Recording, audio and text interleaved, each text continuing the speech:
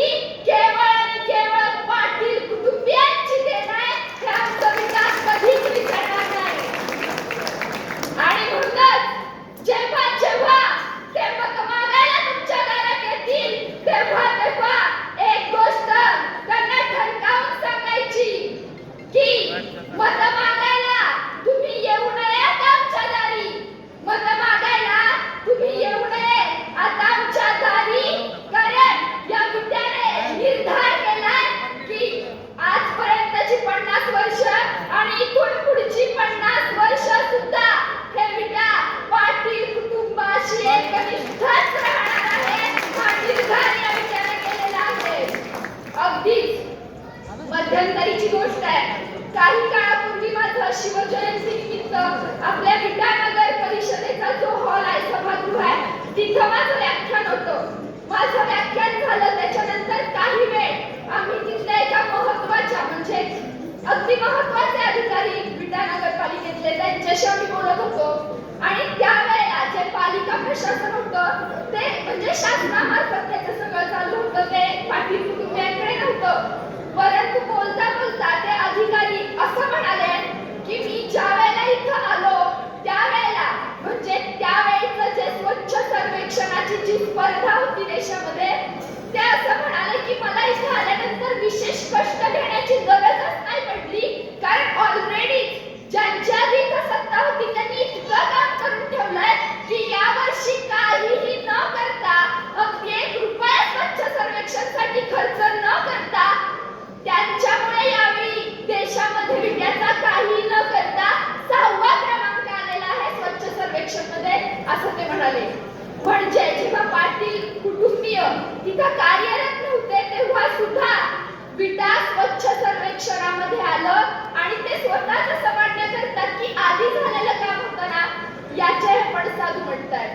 खरं तर आज विटा हे 3 तारांकित शहरांमध्ये गणलं जातंय.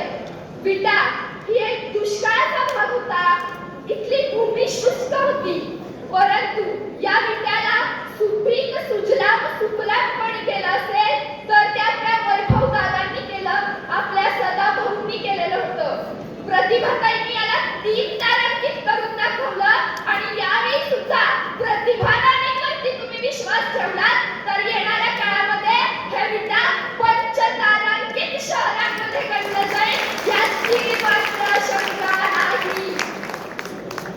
अगदी आपण बघितलं प्रतिभा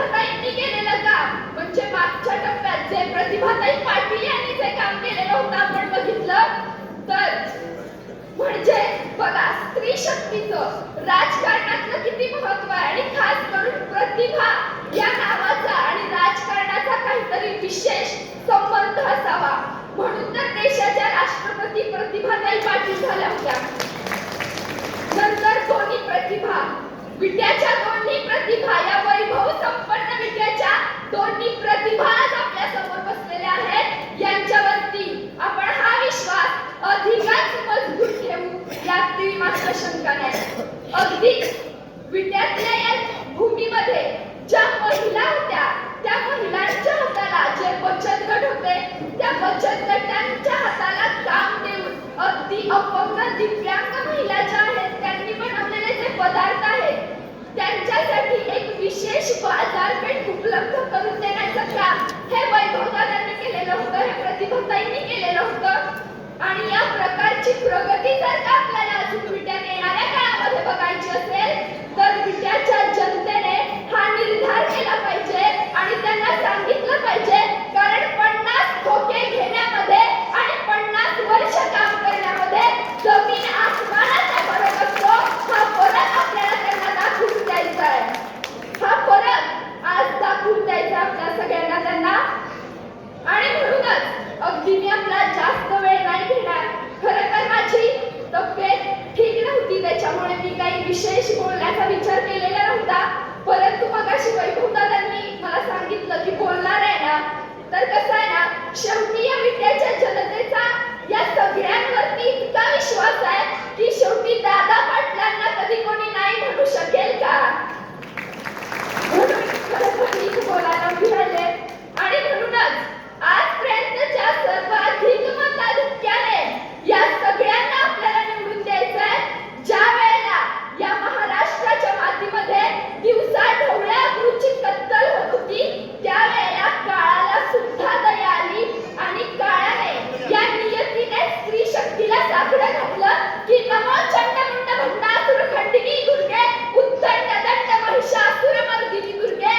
आणि स्त्री शक्तीच्या रूपाने राजमाता जिजाऊ माँसाहेब या धर्तीवरती आल्या आणि या महाराष्ट्राला सुजलाम सुफलाम केलं. अरे बघा, अगदी एकदा बघा या मंचावरती हे स्त्री शक्तीचं रूप बघा. आणि येणाऱ्या काळामध्ये आपल्याला लोकांना हे दाखवून द्यायचं आहे की तिच्या भाळावरचा सिंदूर हा फक्त शृंगारच नाहीये तर तिची शक्ती आहे. आणि म्हणूनच या सगळ्या महिलांना आपल्याला सर्वाधिक मताधिक्याने निवडून द्यायचं आहे. यांच्यासोबत जे इतर उमेदवार आहेत त्यांना सुद्धा निवडून द्यायचं आहे. आणि महत्त्वाचं म्हणजे सगळ्यात जास्त कुठल्या प्रभागातून लीड घेऊन आपल्याला कुठला उमेदवार निवडून द्यायचा असेल तर तो म्हणजे प्रभाग क्रमांक 9 मधून. या विद्याने हे दाखवून द्यायचंय की सगळ्यात जास्त मताधिक्याने प्रभाग क्रमांक 9 मधला उमेदवार निवडून येईल आणि सगळेच उमेदवार निवडून येतील अशी आशा करते. आणि तुम्हाला सगळ्यांना पुढच्या वाटचालीसाठी खूप खूप शुभेच्छा देते आणि माझे 2 शब्द थांबवते. जय हिंद, जय महाराष्ट्र. धन्यवाद. धन्यवाद.